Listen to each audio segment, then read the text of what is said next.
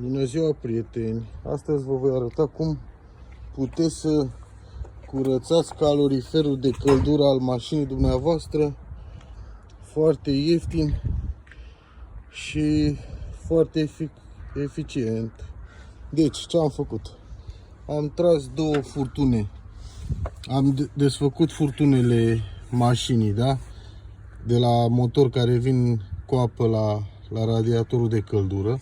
Amândouă, după cum se vede. Și am pus furtun.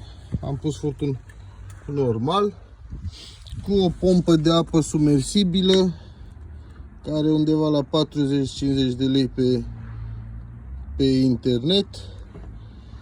Un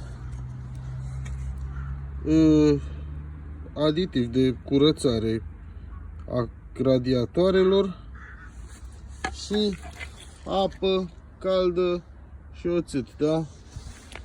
Și acum, după cum vedeți, noi deja am făcut jumate din procedeu. Vedeți și asta ce iese din radiator, numai și numai mizerie.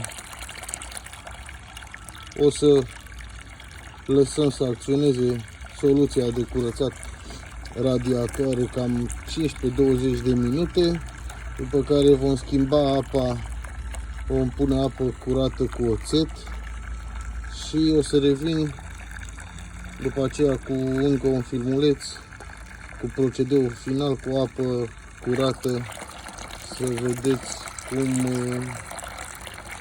cum se prezintă, dacă mai scoate, dacă nu mai scoate, și rezultatul final, bineînțeles, să vedem dacă o să bage căldură după toată această muncă.